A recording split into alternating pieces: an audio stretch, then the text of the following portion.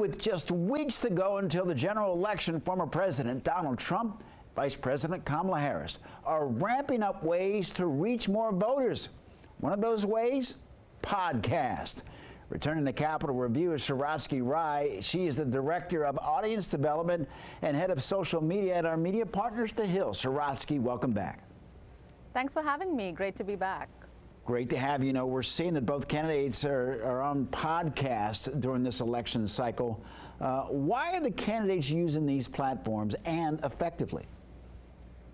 Well, you said it right. It's weeks to go. We're less than 20 days away from Election Day, and the race is close to the finish line, right? But it's also close, extremely close. Both Vice President Harris and former President Trump are almost, tight in this race. There's very, very, very little difference between them. And, the polls keep changing every week with one up over the other or the other up over the other. So it's a very tight race. And what they're realizing is that this election is all about the margins. They're trying to figure out new ways to reach audiences that they haven't engaged with yet. And that includes young voters, male voters, women voters, the people they think and the demographics that they think they can move the needle towards their direction. So we're seeing them reach out to these podcasts because the people who follow podcasts generally tend to avoid traditional media formats. They're younger, they're more niche, and their audience is extremely fixed. Vice President Harris was on Call Her Daddy podcast, hosted by Alex Cooper, that is listened to by predominantly women. Former President Trump has been on a lot of podcasts as well that cater to predominantly young men. So what we're seeing is that they're zeroing in on the niche audience that they really need to win over in order to get to the finish line and win the election. You're talking about, Sarakshi, the niche audience. What kind of an impact are we seeing? Let's start with Vice President Harris. What kind of an impact is she having with the podcasts?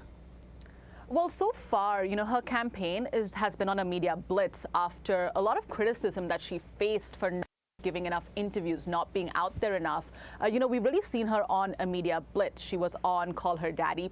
She was on Charlemagne the God's podcast. She even gave a Fox News interview with Brett Baer.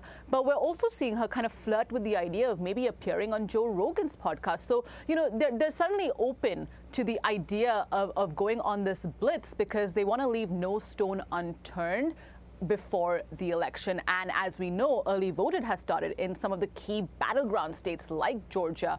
And, votes are already pouring in. People are already sending in their mail-in ballots. So they're really trying to get their message across right now when it matters the most. Talk about the Trump campaign. They're trying to take advantage of this as well.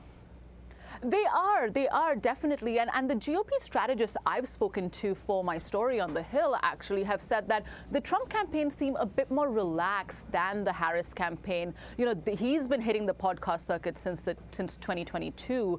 And, he's been on a lot of podcasts. He's been on 8 podcasts recently. And they all cater to the audience that he already has won over. He knows that this is the audience he goes to who will vote for him. So he's trying to get his message across to a more loyal following of an audience and try to get his message across in order to get them out to vote by trying to appeal to them by going on these platforms that they listen to regularly. So, Sarakshi, so what kind of an impact could we see in this upcoming election from the podcast space? It's going to be impactful. Yeah, definitely. I mean, let's not forget, these podcasts, while a lot of people may not have heard about them, have millions and millions of listeners. Joe Rogan, according to figures released by Edison Research earlier this year, had about 14.5 million followers, right? And he's the number one. Some of the podcasts that I've mentioned during the segment are all within the top 15 most listened to podcasts in the United States. So, they're appealing to millions of people who maybe haven't made up their minds yet on which way to vote, and they might change their mind. But in terms of, just trying to get out there more and get their message across more, this is more of a media blitz. I think voters have already decided who they're going to vote for, and the undecideds are going to stay undecided probably right up until Election Day. Sarakshi Rai, thank you so very much for joining us.